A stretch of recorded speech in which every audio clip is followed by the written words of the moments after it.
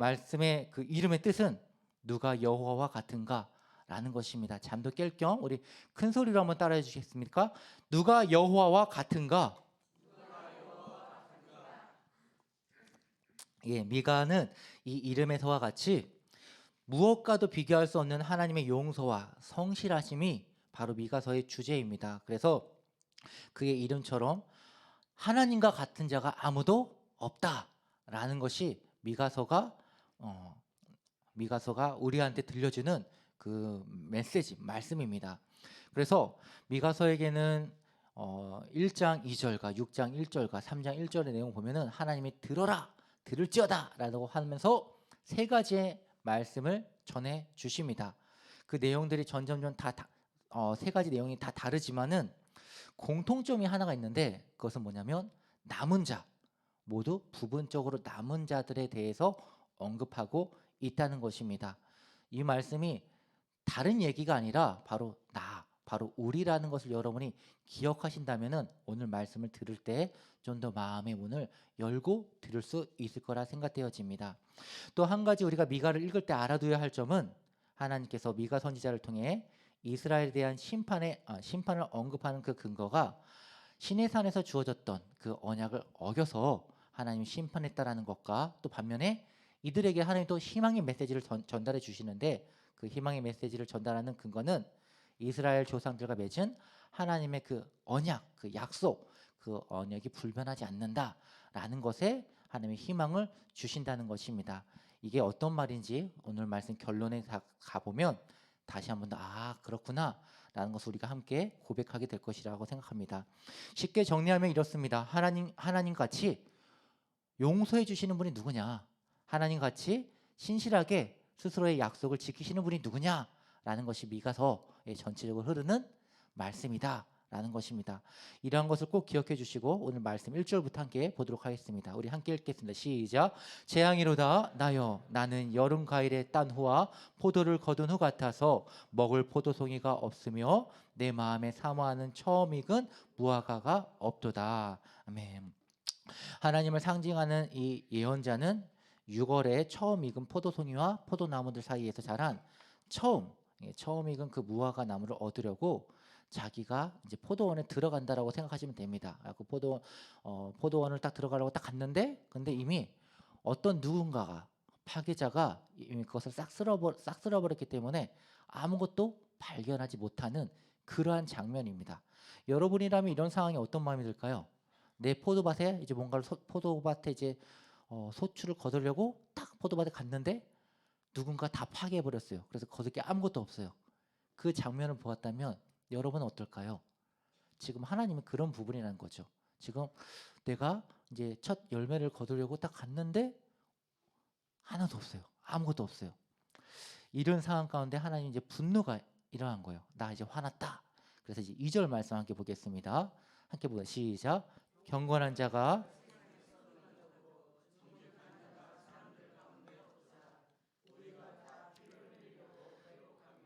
각기 그물로 현재를 잡으려고 하고, 예. 포도원은 이스라엘의 집이고 이제 열매는 경건한 자, 즉 하나님의 언약을 지키는 그런 사람들입니다. 근데 없습니다. 단 한 명도 없습니다. 참 뭔가 좀 그러면 성경을 좀 보아하셨던 분은 좀 뭔가 쎄한 느낌이 드셨을 겁니다. 이거 이런 장면 좀 많이 보았는데 아브라함 생각나시죠? 소돔과 고모라. 그리고 예레미야나 에스겔 선지자도 의인을 찾으려고 하는데 한 사람도 없는 그런 장면과 지금 똑같은 상황인 거예요. 그래서 소돔과 고모라가 멸망하게 되었죠. 왜요? 그들이 악해서? 아니죠. 결론은 의인이 없어서, 의인 한 사람이 없어갖고 멸망하게 된 것입니다. 지금 그런 장면과 지금 뭔가 좀 오버랩이 되고 있어요. 하나님께서 이후에 어떻게 행동하실지 우리 함께 3절 말씀을 보도록 하겠습니다.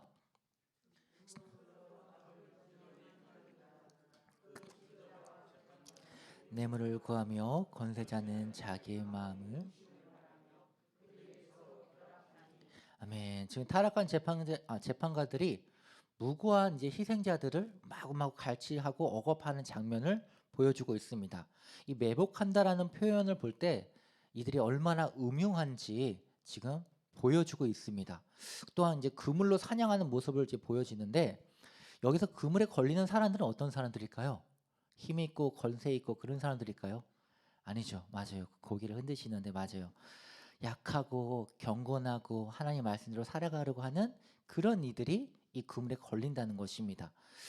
여기서 중요한 게 악한 사람들은 되게 교활할 뿐만 아니라 부지런하기까지 하다라는 것입니다. 악한 사람인데 부지런하기까지 하다? 와, 이들은 돈을 모으기 위해서라면 새벽에 잠을 안 자는 거, 24시간 깨어서 일하는 거 염려 안 한다는 것입니다. 그리고 더 무서운 거는 돈을 벌기 위해서라면 내 가족도라도 또는 내 친구라도 등에 칼을 꼽는 것을 서슴지 않는 모습을 보여주고 있다는 것입니다. 심지어 내 원수에게라도 손을 내밀면서 돈을 벌기 위해서라면 악착같이 이런 악행을 행한다는 것을 보여주고 있습니다. 그럼 4절 말씀 어떻게 될까요? 함께 보겠습니다. 시작. 그들의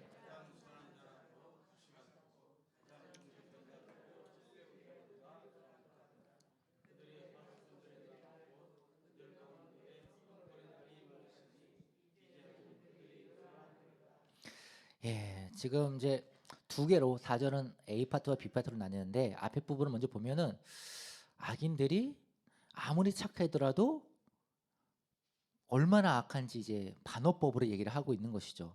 한번 생각해 보세요. 여러분, 내 주위에 이런 사람들이 살고 있다고 생각해 보세요. 이런 악인들이 그렇게 내 주위에 지금 많이 있다 하면은 어떨까요? 정말로 이 시대 가운데 돈이 너무나도 강력한 힘을 보여주는 시대에 우리는 살고 있습니다.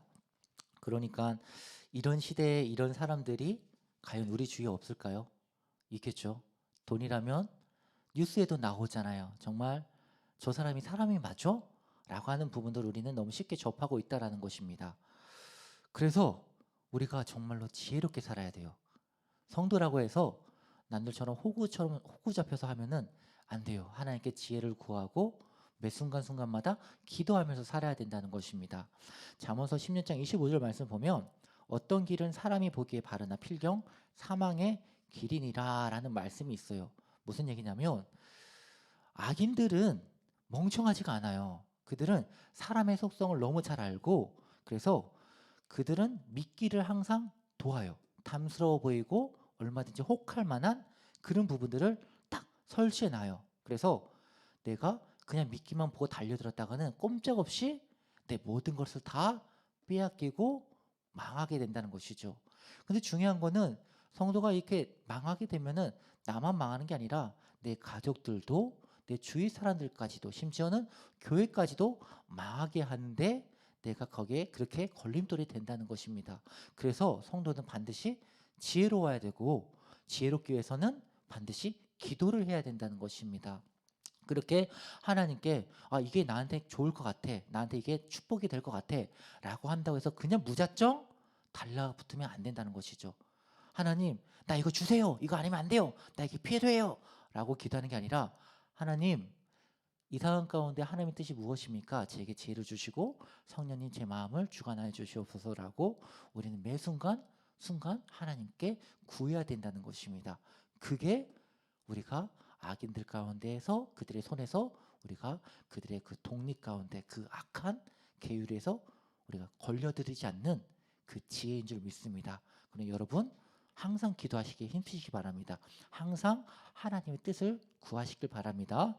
그렇게 성도가 이렇게 그물에 갇혀서 막 이렇게 힘들어하고 있을 때 악인들은 어떻게 할까요? 막 깔깔깔 웃겠죠. 깔깔깔 웃으면서 비웃겠죠. 그리고 뭐 내가 우월하다, 내가 저 사람보다 저들은 정말 내 밑에 바닥이다 하면서 깔깔깔 웃을지도 모릅니다. 그리고 새로운 먹잇감을 찾겠죠. 그런데 그런 이들에게 이제 형벌의 날이 반드시 찾아온다라고 오늘 4절 이제 후반절에 보면 말씀하고 있습니다. 깔깔깔 웃고 있는 그들의 입 가운데 그 열려진 그 음흉한 입 가운데 하나님의 모래를 아주 가득 채워버리겠죠. 분명한 것입니다. 하나님은 악을 가만두지 않습니다. 반드시 심판한다는 것입니다. 5절과 6절 말씀 함께 보도록 하겠습니다. 시작.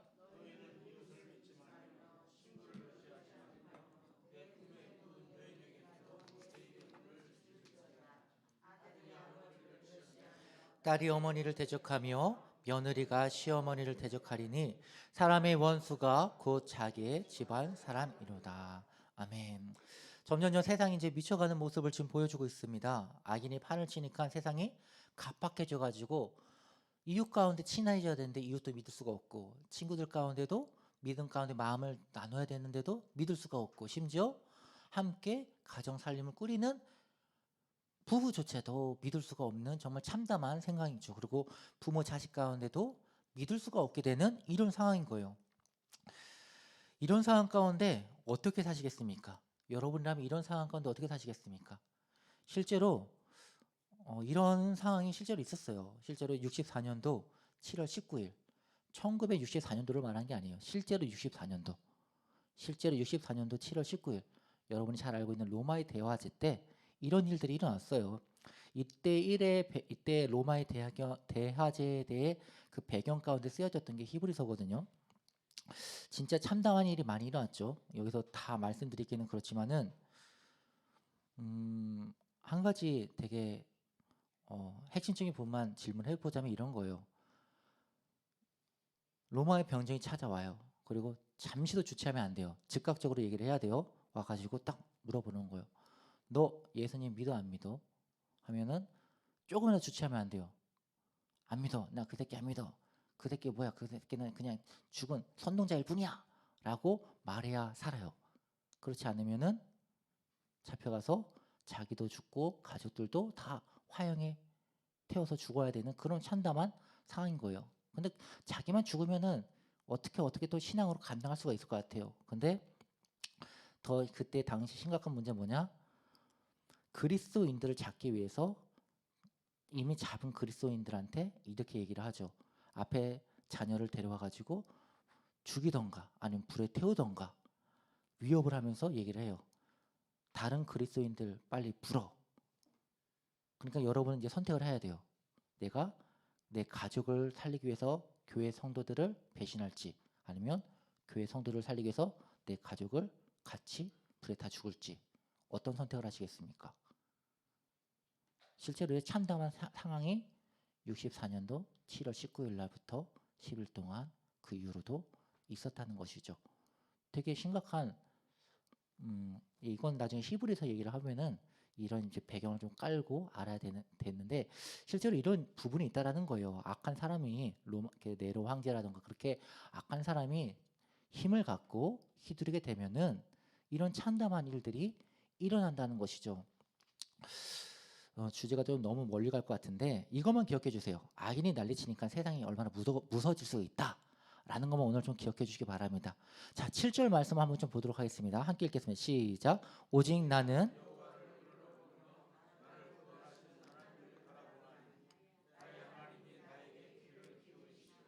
지금부터 분위기가 확 바뀝니다. 1절에 재앙이로다 나여 라고 그렇게 정말 탄식 가운데 있었던 인물이 이제 미가 선지자가 오직 나는 여호와를 바라보면서 같이 이제 오직 하나님만, 나의 구원의 하나님만 바라봅니다. 하나님이 나의 말씀을 들으실 것입니다. 라는 분위기가 확 바뀌게 됩니다. 그러면서 뭔가 획획 하나님께서 뭔가 들어줄 것 같은 뉘앙스를 주시는데 우리 8절 말씀 함께 보겠습니다. 시작.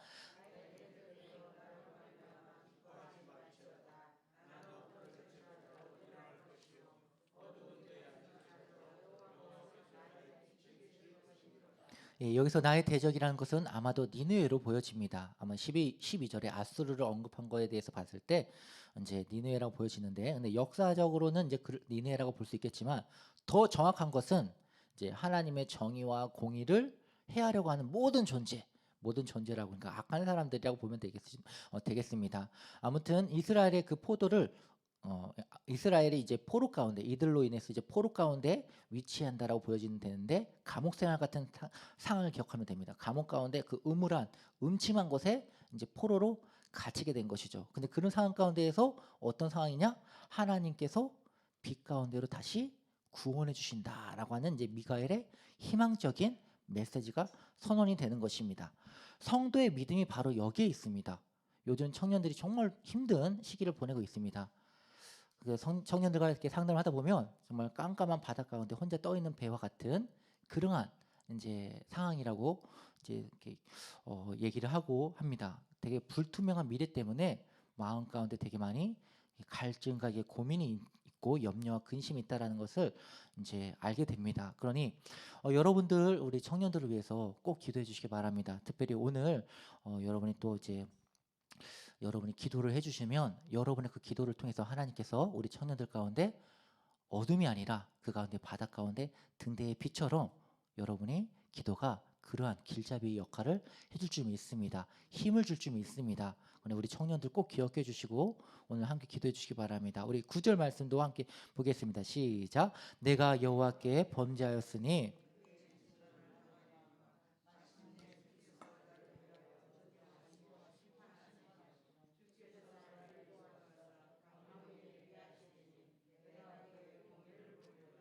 아멘. 이스라엘 백성들이 이제 포로가 되고 하나님의 이제 진노를 받게 된 게 그들이 하나님과의 언약을 깨고 악한 삶을 살았기 때문이라고 이제 미가 선지자가 선언을 합니다. 그래서 하나님께서 행하시는 그 진노를 내가 겸허히 받겠습니다. 피하는 게 아니라 겸허히 받겠습니다라고 받겠다 이렇게 고백을 하죠. 그러나 하나님의 진노는 영원하지 아니하시고 그분의 긍휼과 인자심이 영원하시기 때문에 때가 되시면 언제가 때가 되면 하나님께서 다시 회복해 주실 것이라고 이렇게 선언을 하는 것입니다. 그러니까 내가 책망받는 건 나의 죄 때문에 책망받는 거니까 감수하고 그러나 내가 그 책망받음을 말미암아 멸망하는 게 아니라 반드시 하나님께서 회복해 주실 것이다 라는 믿음의 이제 고백을 선포하는 것이죠. 10절 말씀 함께 봅니다. 시작. 나의 대적이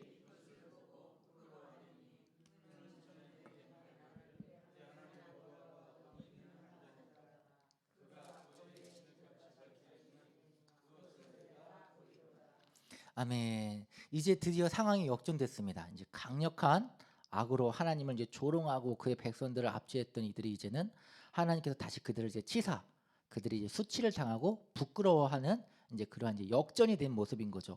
역전의 하나님, 진짜로 멋있는 우리가 믿는 하나님인 것 같습니다. 그래서 중요한 건 이제 이 부분이에요. 오늘 말씀의 주제와도 다시 언급하지만 내가 의로워서 내가 잘나서가 아니라 하나님께서 이미 전에 선조들과 약속했던 것을 하나님이 지키시고자 지금 행하신다라는 것을 우리가 기억을 해야 되는 것입니다.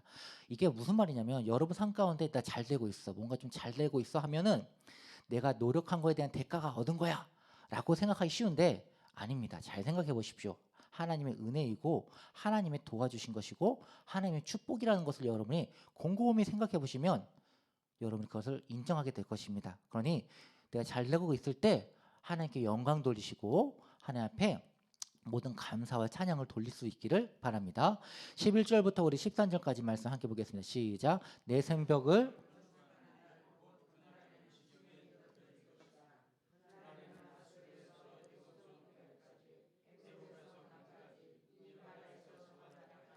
이 산에서 저 산까지의 사람들이 내게로 돌아올 것이나 그 땅의 그 주민의 행위의 열매로 말미암아 항폐하리로다. 아멘. 되게 놀라운 부분이에요. 이 본문을 보면서 되게 놀라운 게 하나님이 이스라엘뿐만 아니라 아수르와 애굽 그리고 이제 뭐 성읍과 뭐 이 바다 저 바다 즉 이방인들 중에서도 남은 자들을 다 하나님 구원해 주신다라는 거예요. 이 이방인들에 우리가 속해 있잖아요. 우리가 이스라엘인이 아니고 우리는 이방인에 속하는 건데 그날에 그 주민의 제된 행위의 열매로 말미암아 그 땅은 항폐하게 될 것이지만 하나님께서는 이스라엘뿐만 아니라 이방인들도 구원을 손을 펴사 은혜를 입혀 주신다라는 거예요. 되게 감사한 거 아니에요? 그래서 이제 미가의 그 이름 뜻이 다시 한 번 더 혹시 기억나십니까? 미가의 이름 뜻? 미가의 그쵸? 기억나면 안 되죠. 누가 여호와와 같은가? 미가의 이름 뜻은 이렇게 우리 생각하죠. 하나님과 같은 분이 누가 있을까? 그게 미가라는 거예요. 하나님과 같은 분이 누가 있을까? 그게 미가인데 오늘 말씀 중에 여러분 혹시 무엇이 기억에 남으십니까? 오늘 혹시 말씀에 어떤 부분에 하나님의 성령의 역사가 여러분 마음 가운데 있으셨습니까? 저는 이 미가서에 대한 이 부분 가운데 하나님께서 심판 후에 남은 자들을 이제 불러 모은 장면도 되게 감명 깊었지만 한 가지 부분은 하나님의 회복시키는 그 동기가 저한테 강력한 울림을 주었습니다. 이게 왜 그러냐면 거기에서 예수님의 모습이 다시 한 번 더 비쳤기 때문에 그렇습니다. 내가 똑똑해서 잘나서 내가 남들보다 뭔가 많아서 구원받은 게 아니라 오로지 하나님의 신실하신가, 하나님의 그 사랑으로, 긍휼하심으로, 자비하심으로 구원받았다라고 하는 부분이 이 마가서의 모습을 통해서, 미가의 모습을 통해서 다시 한 번 더 그리스도의 모습이 보여졌기 때문에 그렇습니다. 우리가 죄인 되었을 때 예수님께서 어떻게 하셨죠? 나를 위해서 죽으셨잖아요. 바로 그로 말미암아 하나님이 우리를 사랑한다라는 그 모습을 증거해 주셨습니다. 그 모습처럼 우리가 그럼 오늘날 마음에 품어야 되는 것은 용서해 줘야 된다는 것입니다. 나 역시도 다른 이를 용서해 주고 나 역시도 다른 이를 사랑해 주어야 한다는 것입니다. 그런데 아시다시피 사랑과 용서의 마음이 우리 마음 가운데 없어요. 너무 우리 마음은 정말 밴댕이 송알타치처럼 정말 좁쌀같이 작아요. 그래서 항상 기도해야 돼요. 성령님, 내가 하나님의 말씀대로 순종하기를 원합니다.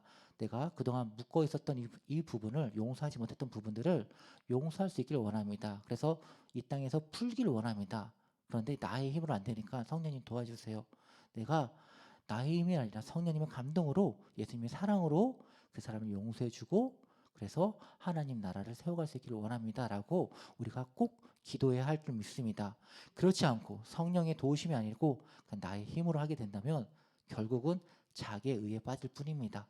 자기의 의에 빠질 뿐이기 때문에 우리는 항상 성령님의 힘을 구하고 그로 말미암아 우리가 하나님 앞에 영광을 돌려야 할 줄 믿습니다. 그렇게 이제 우리가 행하지 않는다면, 좀 심각한 얘기지만 용서하지 않는다면 그것도 죄입니다. 용서하지 않는 게 죄입니다. 용서하지 않는 게 죄라고요? 나한테 그렇게 좀 뭔가 의심이 된다면 마태복음 18장 말씀을 여러분이 꼭 한번 읽어보시기 바랍니다. 한 가지 말씀만 읽어드리면, 너희가 각각 마음으로부터 형제를 용서하지 아니하면 나의 하늘 아버지께서도 너희에게 이와 같이 하시리라 라고 마태복음 18장 35절 말씀에 예수님이 말씀하고 계십니다. 그러니 오늘 말씀 어떻게 합니까? 우리 기도합시다. 기도하고 용서하는 마음 가운데 우리가 아직 묶여있는 부분들이 있다면 성령님 이 시간 가운데 나의 마음을 주관하여 주시사 용서할 수 있는 마음 주시고, 그래서 하나님 앞에 영광 돌릴 수 있게 우리 하나님 도와달라고 우리 함께 기도하겠습니다. 우리 다 함께 기도하도록 해서 우리 주여 삼창하고 통성으로 기도합니다. 주여 주여